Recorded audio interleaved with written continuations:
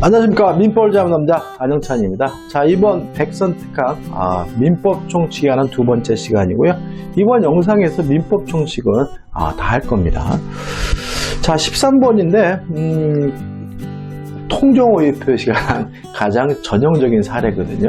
보면 갑은 채권자들로부터 강제 집행을 당할 것을 대비하여 친구인 을과 짜고 자기 소유 부동산을 매도한 것처럼이죠. 그럼 요 매도한 것처럼이니까 짜고 한 것이니까 요 매매가 통정허위 표시로서 무효고요. 을에게 소유권 이전 등을 해주었다. 매매가 무효면 등기도 무효니까 을 앞에 등기도 무효인 거죠. 따라서 여전히 갑에게 뭐가 있는 거죠? 소유권이 있습니다. 그 다음에 이러한 통정허위 표시가 무효인 이유는 통정허위 표시여서 무효인 것이지 요 자체가 반사회적인 것은 아니잖아요. 따라서 갑은 을에게 등기해 놓은 것이 불법 원인급여는 아니니까 갑은 을에게 말소해달라고 청구할 수가 있는데, 그런데 을이 등기 명의된 것을 기하이를 제3자에게 매도하고 소유권 이전 등기를 하여 주었다. 다음 질문 중 옳은 거죠. 자, 통정허위 표시 무효는 선의 제3자에 대항하지 못합니다. 따라서 만약에 제3자가 선이라면 확정적으로 소유권을 갖기 때문에 갑도 을도 요 제3자 등에 대해서 말소해달라고 청구할 수는 없는 거죠. 자, 옳은 걸 찾습니다. 1번 제3자가 가장매매라는 것을 알고 취득했어요? 그럼 보호받지 못하죠. 가장매매를 한 당사자인 갑은 제3자에게 소유권 반환을 청구할 수 없다. X죠. 다시 말하면 갑이 을에게 등기해 놓은 것은 불법 원인 급여가 아니니까 갑 스스로 무효라고 주장하면서 병이 악이라면 말소를 청구하는 것이 가능하겠죠. 2번 제3자가 선의로 매수하여 소유권 이전 등기를 했어요. 그러면 제3자는 소유권을 갖습니다. 근데 여기서 좀 생각해 볼 것은 뭐냐면 제3자가 선이더라도 요 갑과 을 간의 매매는 아직도 무효인 거고요. 무효는 아무나 주장할 수 있는 거거든요. 따라서 이후에 가장매매인 것을 알게 된 제3자가 가장매매 무효를 주장할 수 있다는 지문은 맞는 지문이고 답은 2번이 되는 거죠. 뭐할로 그런 생각하지 마시겠죠? 어차피 자기 권리는 포기하는 것은 말릴 이유는 없는 겁니다. 따라서 무효는 누구나 주장할 수가 있기 때문에 선의의 제3자도 주장할 수가 있고요. 따라서 답은 2번인 거죠. 3번 제3자가 악이에요? 그러면 갑은 병의 등기에 대해서 말소를 청구할 수 있고요. 요 갑의 채권자들도 갑을 대유해서 병의 등기에 대해서 말소를 청구하는 것이 가능하기 때문에 갑이 제3자에게 무효를 주장하여 등기 명의를 회복하지 않는 한 위 부동산에 대하여 아무런 권리 행사하지 못한다는 지문은 X가 되고요. 4번 갑과 을 사이 매매는 가장 매매이므로 제3자 소유권 이전 등기는 언제나 무효이다. X죠. 왜요? 제3자가 선이면 소유권 이전 등기는 유효할 수가 있으니까요. 5번 제3자가 선이에요. 그러면 제3자는 확정적으로 소유권을 갖게 된 것이니까 전득자에게 팔아먹는 것은 지가 팔아먹는 거니까 전득자는 선악불문하고 소유권을 갖거든요. 따라서 제3자로부터 부동산을 매수한 전득자가 악이면 갑은 전득자에게 무효를 주장할 수 있다는 지문도 X가 되는 거죠. 답은 2번이죠. 이 통정허위 표시에 대해서 만약에 문제가 나온다면 이런 식의 사례 문제가 나오는데 거의 비슷한 사례가 나오기 때문에 좀 꼼꼼히 씌웠으면 좋겠습니다. 꼼꼼히 곱씹자 이런 얘기죠. 자, 그 다음에 이제 14번입니다. 자, 착오인데요. 일단 착오에 의한 의사표시는 취소할 수 있는데 취소하기 위해서는 중요 부분이고 중과실이 없어야 돼요.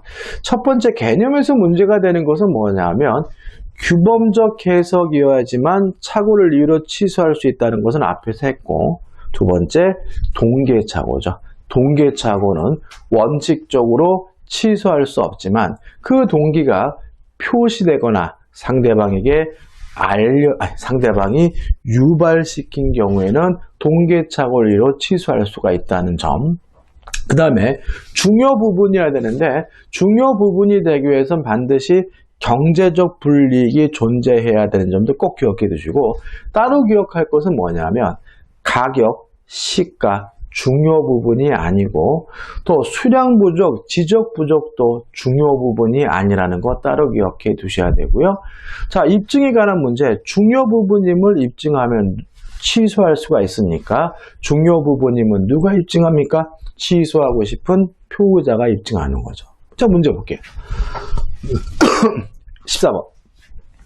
갑은 현재 A씨의 그린벨트로 지정된 토지가 해제되면 많은 차익을 얻을 수 있다는 소문을 듣고 그러한 사실을 내색하지 않은 채 A씨의 그린벨트 내에 토지를 소유한 을과 교섭하여 10% 비싼 가격으로 매입하였다.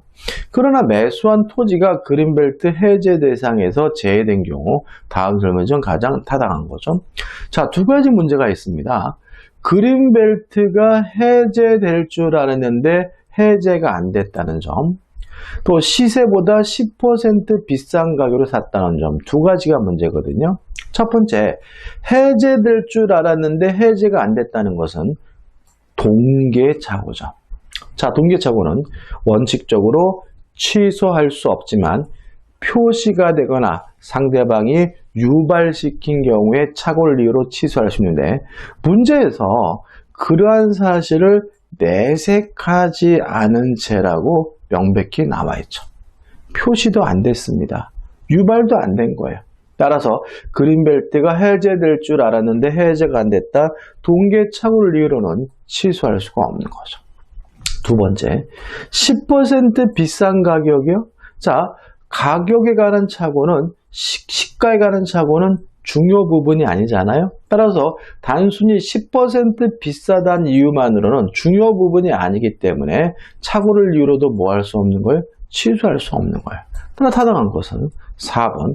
갑은 매매계약의 착오를 이유로 취소할 수 없다. 이게 답이 되고요.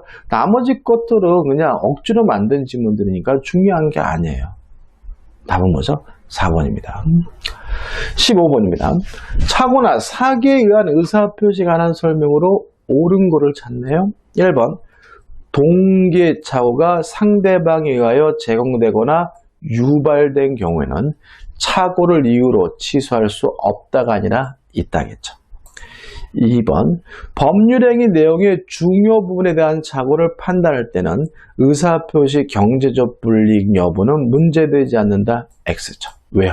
경제적 불이익이 존재해야 원칙적으로 중요 부분이죠.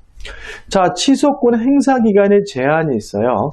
법률행위를 한 날로부터 10년, 추인할 수 있는 날로부터는 3년이거든요. 따라서 한번 착오를 이유로 취소권은 추인할 수 있는 날로부터 3년, 법률행위를 한 날로부터 10년 행사해야 된다. 맞는 지문이고요.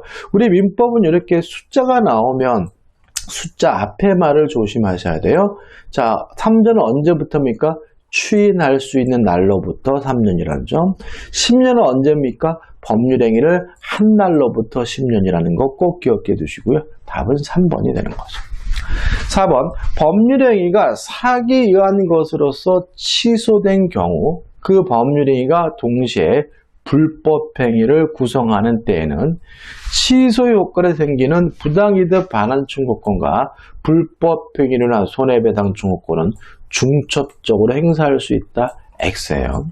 자, 우리가 해제에서 어떻게 공부하냐면 해제를 한 후에 원상회복도 청구하고 손해배상도 청구한다. 중첩적으로 한다. 이걸 착구하거든요. 왜 그러냐면 원래는 안 되는 거예요. 근데 해제는 특이하게도 원상회복도 청구하고 손해배상도 또 청구하는 거거든요. 그래서 그 해제를 위한 나머지 것들은 둘 중에 하나예요. 자, 이것도 마찬가지로 부당이득도 청구하고 손해배상도 청구한다면 이득이 생긴다는 입장이거든요. 그래서 우리 판례는 둘 중에 하나를 선택해서 해야 된다는 입장이기 때문에 4번은 X고 주의하셔야 되겠죠. 5번. 제3자의 사기로 인하여 계약을 체결했어요. 그러면 언제 취소할 수 있죠? 상대방이 알았거나 알 수 있어야 취소할 수 있어요. 그럼 역으로 말하면 상대방이 선의이고 무과실이면 취소를 못해요. 그러면 어떻게 하느냐? 요 사기친 놈, 요 제3자에게 불법행위를 원인으로 손해배상을 청구하는 거거든요. 다시 말씀드리면 취소를 못해도 불법행위를 원인으로 손해배상은 청구할 수가 있기 때문에 그 제3자에 대하여 불법행위로 인한 손해배상을 청구하기 위해서는 먼저 그 계약을 취소해야 한다는 질문도 X가 되는 거죠. 답은 3번이네요. 16번입니다. 갑은 을에게 의사표시를 발신한 후 법원에서 성년 후견 개시 선고를 받았는데, 자, 이거 우리가 테마 특강에서 다뤘던 문제죠. 자, 일단 의사표시를 발신 후 도달하기 전에 제한 능력자가 되더라도 아무런 영향을 미치지 않으니까 갑의 의사표시는 아무런 흠이 없는 거죠. 이러한 사정을 알지 못한 그 의사표 수령한 을은 수령 당시 미성년자라면 수령 무능력자죠. 따라서 을이 받더라도 원칙적으로 도달되지 않습니다. 다만 제한 능력자 측에서 도달을 주장하는 것은 가능하고요. 이 제한 능력자의 법정 대리인이 안 때는 도달이 되기 때문에 맞는 것은 3번이죠. 갑의 의사표시는 을의 법정 대리인 병이 도달을 안 때로부터 효력이 발생한다. 맞는 질문이고 테마 특강할 때 다뤘던 문제니까 간단하게 봅니다. 17번입니다.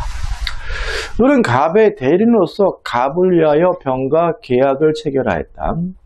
이에 관한 설명을 옳지 않은 것은 1번 을이 임의 대리인이라면, 자, 우리 민법 117조가요, 대리인은 행위 능력자임을 요하지 않는다라고 규정을 두고 있기 때문에 을은 행위 능력자임을 요하지 않는다. 맞는 지문이 되는 거죠. 2번 을의 대리인이가 무권 대리라는 이유로 갑이 본인이죠, 무효를 주장하는 경우 을의 대리행위가 권한을 넘는 표현대리 행위라는 주장 입증 책이면 병 상대방에게 있다. 맞는 질문이죠. 다시 말하면 무권대리가 아니라 표현대리가 성립된다는 말은 상대방이 적극적으로 표현대리임을 입증해야 되겠죠. 3번 매매계약 체결의 권한을 수여받은 을이에요. 자, 매도에 관한 수권이 있다면 첫째, 매매계약을 체결할 수도 있고요.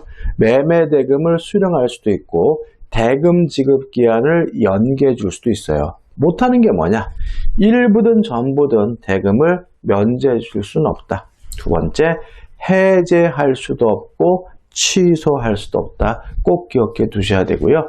따라서 을이 갑을 대리하여 매매계약을 체결한 경우 을은 특별한 사정이 없는 한 갑을 대리하여 매매계약에 해제 등의 일체 처분권을 행사할 수 있다. X가 되고 답은 3번이 되는 거죠. 4번입니다. 자, 일단 권한을 넘는 표현들이가 되려면 현명을 해야 되는 거죠. 따라서 만약에 현명을 안 했다면 무권대리가 아니니까 아예 뭐가 될 수 없어요? 표현대리가 될 수 없어요. 특히 문제가 되는 것은 본인을 사칭하고 가장하는 것이 문제가 되는데 우리 판례는 대리권 없는 사람이 본인을 사칭하고 가장하는 것은 현명이 아니란 입장입니다. 그러면 대리권 없는 사람이 본인을 사칭하고 가장했다면 현명이 아니니까 그 행위는 무권대리도 될 수 없고 표현들이 될 수가 없는 게 원칙이에요. 여기까지 잘 나옵니다. 좀 추가로 기억한다면 4번 갑으로부터 아파트 일체 관한 관리 권한을 위임받은 갑이죠. 그럼 갑의 권한은 관리 권한인 거죠. 아파트를 병에게 임대한 을이 다시 갑으로 가장하여 임차한 병에게 아파트를 매도했어요. 그러면 매도할 대리권이 없는 사람이 본인을 가장했다면 뭐가 없습니까? 현명이 아니기 때문에 무권대리도 표현들이 될 수가 없는 거예요. 다만 아파트를 분양받은 사람들이 피해가 극심하기 때문에 우리 판례는 표현대리는 아니지만 권한을 넘은 표현들의 법리를 유추 적용할 수 있다고 해서 이 주민들을 뭐 하고 있냐면 보호하고 있는 거죠. 그래서 이것이 만약에 표현들이가 성립된다 그러면 X예요. 다만 표현들에 관한 법리가 유추 적용될 수 있다는 지문은 맞는 거니까 좀 따로 하나 기억해 두시기 바라고요.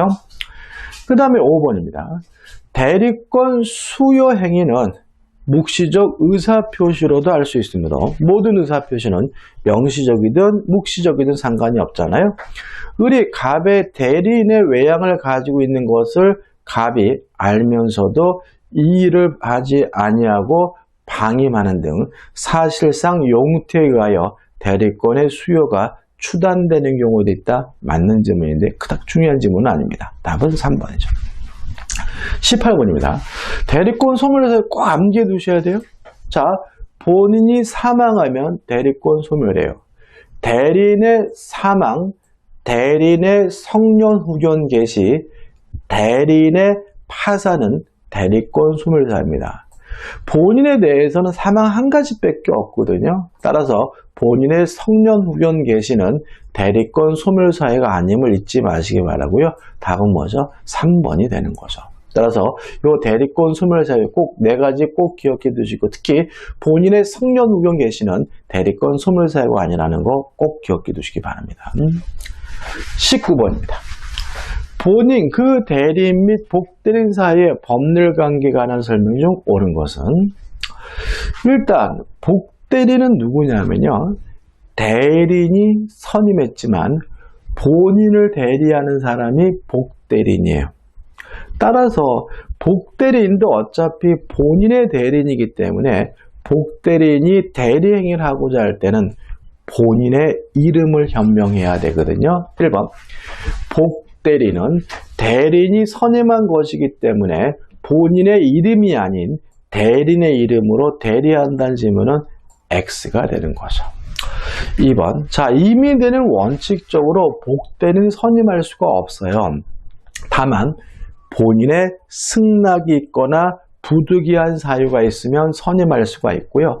또 본인의 승낙을 얻어서 아니면 부득이한 사유가 있어서 복대리인 선임한 경우에는 그때는 선임 감독에 관한 책임을 본인에게 부담하기 때문에 2번 대리인이 본인의 허락을 얻고 복대리인 선임한 경우에 대리인은 복대리인 선임에 대한 책임을 부담하지 아니한다는 질문은 X가 되는 거죠.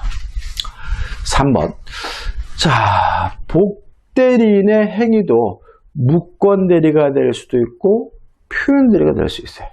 만약에 복대리인 행위가 무권대리라면 당연히 본인은 뭐 할 수 있겠어요? 추인할 수 있겠죠. 따라서 3번 복대리인이 대리권의 범위를 초과했다면 무권대리이고 표현대리 될 수도 있고 본인이 추인할 수 있으니까 본인은 그 행위를 추인할 수 있다. 맞는 질문이죠.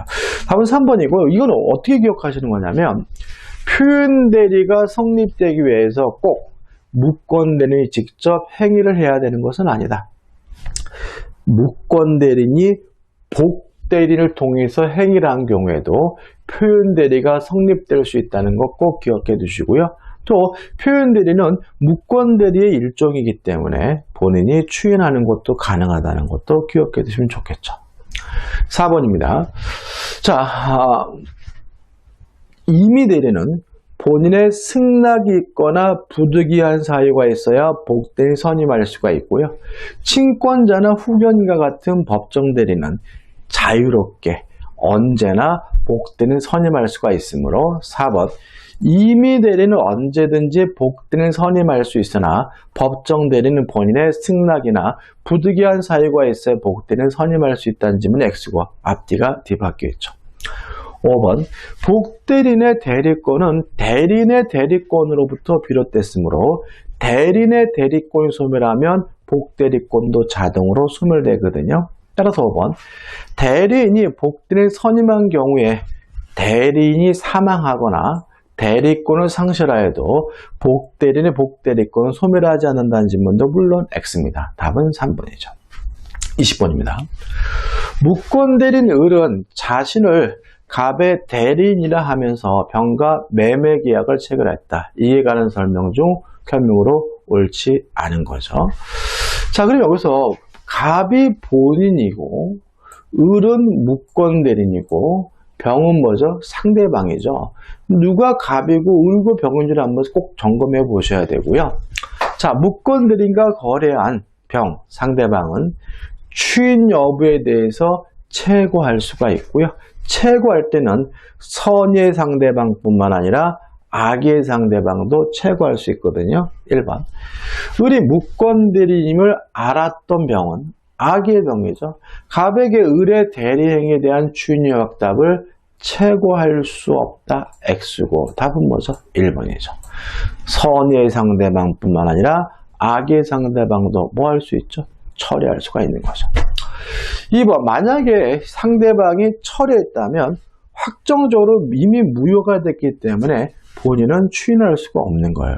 2번이죠. 근데 문제는 병이 매매계약을 적법하게 철회하였다면 철회했죠, 그죠?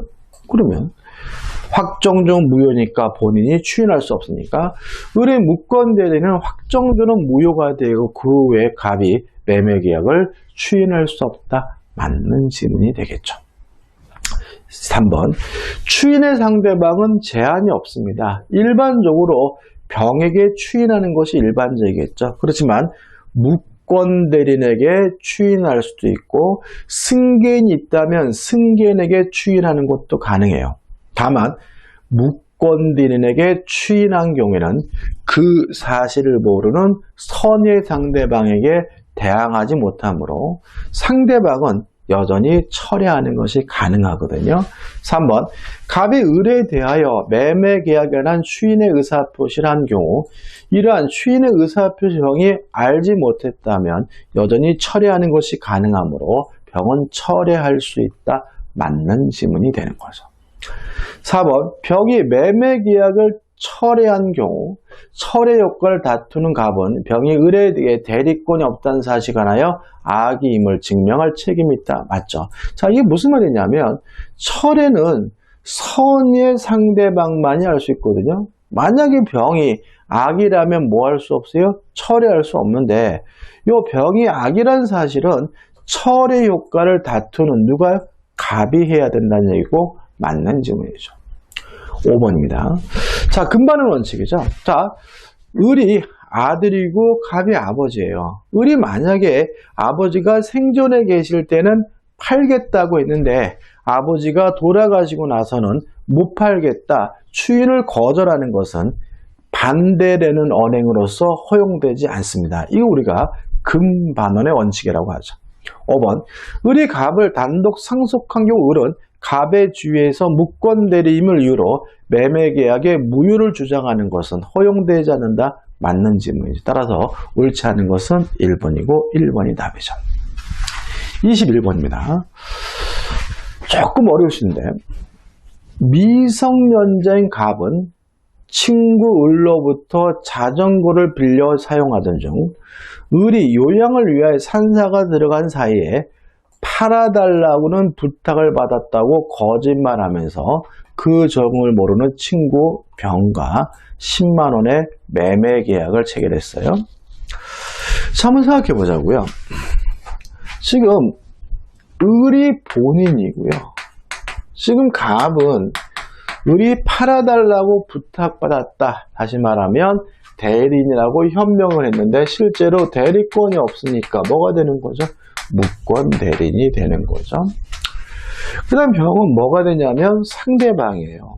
자, 그러면 무권 대리인과 병이 자전거에 대해서 매매 계약을 했다면 본인에게 아무런 효과가 없어요. 따라서 이 상대방은 무권 대리인에게 이행을 청구하거나 손해배상을 청구할 수가 있는데 조심할 것은 자, 무권 대리인에게 이행을 청구하거나 손해배상을 청구하려면 상대방은 선이고 무과실해야 된다.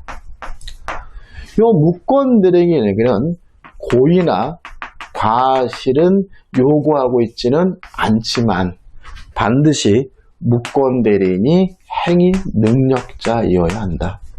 따라서 만약에 무권 대리인이 제한 능력자인 경우에는 상대방은 이행을 청구하거나 손해배상을 청구할 수는 없다는 거죠. 그럼 문제를 다시 보시면, 자, 문제 맨 앞에 뭐라고 되어 있냐면 미성년자인 갑이라고 나와 있죠. 그러면 무권 대리인에게 뭐가 없어요? 행위 능력이 없으니까 병은 갑에게 이행을 청구하거나 손해배상을 뭐 할 수 없어요? 청구할 수 없다는 것이 여기서까지 왔을 때 떠올라야 되는 거죠. 그 다음에 며칠 후 병은 아무래도 갑의 말에 믿음이 가지 않아서 편지로 을에게 계약 체결 사실을 알리고 확인을 구하였어요. 이게 뭐죠? 채권 거죠. 자, 무권 대리인과 거래한 상대방이 본인에게 뭐 한 거죠? 채권한 겁니다. 자, 옳은 걸 찾습니다. 1번. 병이 유효한 채고를 하기 위해서는 을에게 1개월 이상 기간을 주어 확답을 요구하여야 한다. X예요. 1개월 이상의 기간이 아니라 상당한 기간입니다. 이게 제한 능력자 거래한 상대방과의 차이점이기 때문에 가끔 내니까 1개월 이상이 아니라 뭐라고요? 상당한 기간이다. 주의하시기 바라고. 2번, 을이 위 자전거 매매 계약에 무효를 주장했어요. 그러면 본인이 추인을 거절한 거잖아요. 병은 갑에게 그 자전거 인도 또는 이행이 가름하는 손해배상을 청구할 수 있다. X. 왜요? 이행을 청구하거나 손해배상을 청구하려면 무권 대리인이 뭐 해야 돼요? 행위 능력자여야 되는데 갑은 뭐죠? 미성년자죠. 안 되는 거죠. 3번. 만일 갑이 거짓말하는 것임을 알고서 매매 계약을 체결했다. 그러면 상대방이 악이죠. 악의 상대방도 뭐는 할 수 있어요?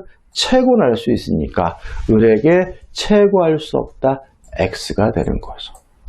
4번. 을이 병의 채무에 대하여 이의 제기는 물론 아무런 답변도 하지 않았어요. 자, 채고 기간 내 확답을 바라지 않으면 추이를 뭐한 것으로 보냐면 거절한 것으로 보거든요. 따라서 병은 매매 계약에 기하여 그 자전거의 소유권을 취득하게 된다. X가 되는 거죠. 답은 5번인데. 자, 한번 생각해 보죠. 자, 지금 병이 을에게 채고를 했어요. 자, 채고에 대한 답장인 확답은 뭐냐면 발신주의죠. 그렇죠? 채고에 대한 답장인 확답은 발신주의입니다. 따라 이 확답이 만약에 추인이라면 추인은 언제 효과가 발생한 거냐면 발신한 때 추인의 효과가 생기는 거예요. 왜냐하면 채고에 대한 답장인 확답은 발신주의니까요. 그 다음에 상대방이 만약에 선이라면 철회하는 것이 가능한데 이 철회는 언제까지만 할 수 있냐면 본인이 추인하기 전까지만 할 수 있는 거거든요. 그럼 이 사례에서 보다시피 채고에 대한 답장인 확답이 추인이라면 언제 추인한 거죠? 발신한 때 추인한 것이니까 이 사례는 추인이 발신하기 전까지 해야 의미가 있고요. 만약에 추인이 발신하기 전에 철회했다면 철회로서는 뭐인 거예요? 무효인 거죠. 자, 그럼 생각해 보자고요. 5번입니다. 을은 10월 1일 병의 편지를 받자마자 자전거를 가져도 좋다. 추인인 거잖아요. 내용의 답장을 보냈어요. 그러면 확답인데 추인인데 언제 한 겁니까? 10월 1일인 거죠. 발신하자마자. 따라서 이 10월 1일 이후에는 병은 뭐하지 못해요? 철회하지 못하는 거예요. 한편 병은 마음이 바뀌어 10월 2일에 매매계약을 철회하겠다는 내용의 편지를 보냈다면 이 철회는 무효인 겁니다. 왜요? 추인 후에 이루어진 거잖아요. 따라서 을의 추인의 답장보다 병의 철회 편지가 을에게 먼저 도달하였다 해도 이미 추인된 것이니까 병은 자전거의 매매 대금을 지급하여야 한다. 맞는지 문이고 답은 5번인 거죠. 좀 까다롭게 느껴지시네요. 자, 채고에 대한 답장인 확답이 추인이라면 언제 한 겁니까? 발신한 때 한 거다. 그죠? 발신주니까. 또 철회는 언제까지 할 수 있습니까? 추인 전까지 할 수 있으니까 이 사례는 추인을 발신하기 전까지만 처리할 수 있다는 의미가 됨을 주의하시기 바랍니다. 자, 22번입니다. 법률행위의 무효, 취소에 관한 설명으로 옳은 것을 찾네요. 자, 착오가 만약에 중대한 과실로 인한 것이라면 원칙적으로 취소할 수 없어요.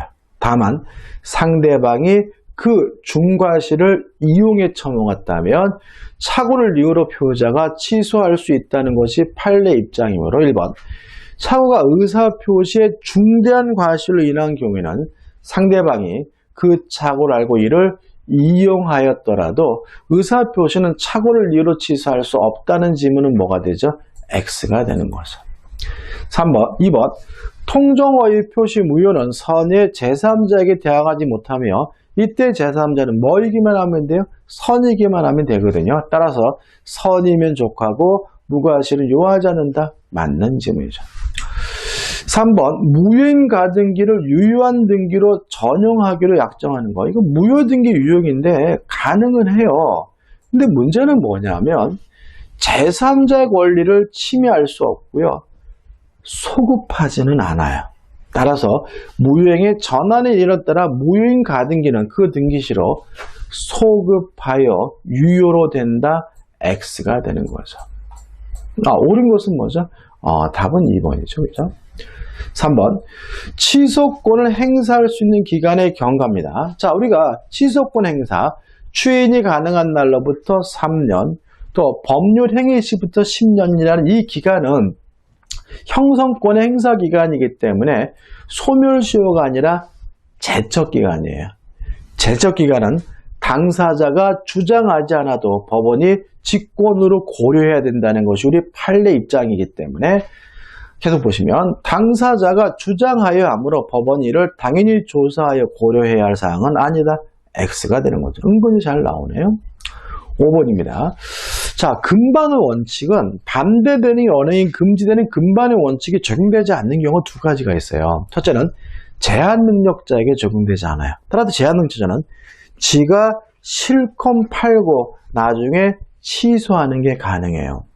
두 번째, 강행복규 위반의 경우에는 금반의 원칙이 적용되지 않습니다. 따라서 강행복규를 위반한 사람은 지가 실컷 위반 행위를 해놓고 나중에 무효임을 주장하는 것이 가능하다는 것이 우리 판례 입장이거든요. 물론 토지거래 허가구역, 토지거래 계약에 대한 허가에 관한 규정은 강행규정이고요. 강행규정 위반의 경우에는 금반원의 원칙이 적용되지 않기 때문에 5번 유동적 무효인 토지거래 계약의 확정주는 무효가 된 경우 이에 대한 규책 사유가 있는 자는 계약의 무효를 주장할 수 없다가 아니라 있다임을 주의하시기 바라고 X가 되고요. 답은 2번이 되는 거죠. 23번입니다. 갑이 을을 기망하여 건물을 매도하는 계약을 을과 체결하였다. 법정 추인 사유에 해당하는 경우죠. 일단 법정 추인 사유에서 가장 중요한 것은 뭐냐면 이행을 청구하는 것이 법정 추인이 되려면 취소권자인 을이 해야 되는 거죠. 또 권리를 양도하는 것이 법정 추인이 되려면 취소권자인 을이 해야 돼요. 따라서 사기친 놈 갑이 이행을 청구하고 사기친 놈 갑이 권리를 양도하는 것은 뭐가 아니에요? 추인이 아닌 거예요. 1번 갑이 을에게 대금의 지급을 청구했다. 추인 아닙니다. 갑이 을에 대한 대금 채권을 병에게 양도했다. 추인이 아닌 거죠. 갑이 이전 등기에 필요한 소를 을에게 제공했다. 추인이 아니에요. 만약에 을이 스스로가 별말 없이 수령했다. 이런 말이 나오면 뭐가 될 수 있어요? 추인이 될 수 있겠지만 3번은 추인이 아닌 거죠. 근데 4번은 보시면 기망 상태에서 벌어난 원인이 종료됐죠. 을이 이의 없이 매매 대금을 지급했어요. 그러면 취소권자가 원인이 종료된 후에 이행한 것은 명백히 법정 추인이니까 답은 4번이죠. 5번 을이 매매계약의 취소를 통해 취소하겠다는 얘기죠. 취득하게 될 계약금 반환 중고권을 정액에 양도하는 것도 물론 추인일 수는 없겠죠. 답은 4번입니다. 24번입니다. 조건에 관한 설명이 좀 옳지 않은 것인데 1번 지문 조심할 게 우리 공인중개사 시험에서는 이게 부첩으로 나왔어요. 근데 법무사, 사법시험 좀 어려운 시험에서는 부첩이 아니라 부부로 나와요. 왜냐하면 원래 판례가 첩이 아니라 부부거든요. 그럼 여기서 부부관계의 종료를 해제 조건이나 증여. 무슨 말이에요? 10억짜리 땅 주면서 이혼하면 돌려줘야 돼. 이런 계약을 말하고요. 이런 것은 이혼할 수 있는 자유를 제한하기 때문에 반사회적인 거예요. 또 그뿐만 아니라 조건이 반사회적이면 조건만 무효인 것이 아니라 법률행위 전체가 다 무효인 거거든요. 일단 1번은 맞는 지문이고 조심할 것은 부부든 첩이든 뭐예요? 반사회적 무효라는 거 조심하라는 의미에서 넣는 거니까 조심하셔야 돼요. 2번입니다. 자, 해제는 승낙을 받지 않고 일방적으로 하는 단독행위입니다. 다만 따라서 해제에 대해서 원칙적으로 조건을 붙일 수가 없어요. 다만 우리 판례는 언제까지 이행하지 않으면 계약이 해제된다 형태의 조건을 붙이는 것도 가능하고도 유효하다는 것이 우리 판례 입장이므로 계약 당사자 일방 이행지체에 빠진 상대방에 대하여 일정 기간을 정하여 채무 이행을 채권과 동시에 그 기간 내에 이행이 없을 때에는 계약을 해제하겠다는 의사표시는 가능하고도 뭐한 거죠? 유효한 거죠.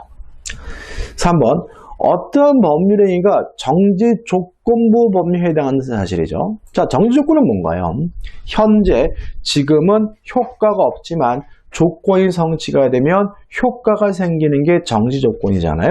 그러면 정지조건임이 입증된다면 이행할 필요가 없는 거예요. 당장은. 그러면 정지조건이란 사실은 누가 입증하겠습니까? 이행하기 싫은 사람이.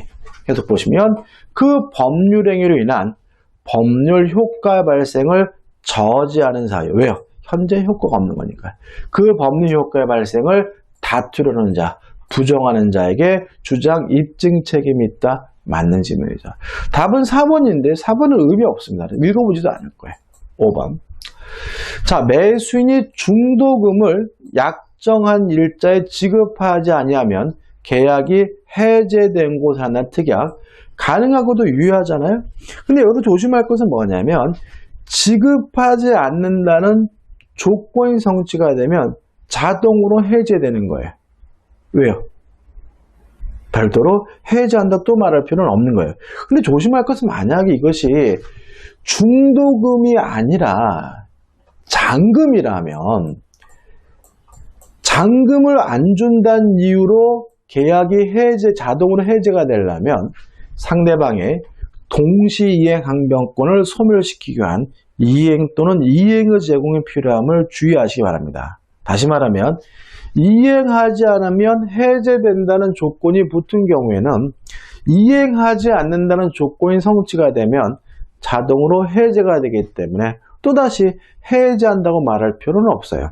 다만 조심할 것은 상대방에게 동시이행 항변권이 인정된다면 동시이행 항변권을 소멸시키기 위한 이행 또는 이행의 제공은 필요하다는 거 조심하셔야 돼요. 물론 중도금은 선이행 의무이기 때문에 동시이행 관계가 아니거든요. 따라서 매매계약에서 매수인이 중도금 지급 의무를 이행하지 않으면 그 계약은 그 일자에 자동적으로 해제된 것을 보아야 한다. 맞는 질문이고 꼭 기억해 두셔야 되겠죠. 답은 4번인데 4번은 중요하지 않습니다.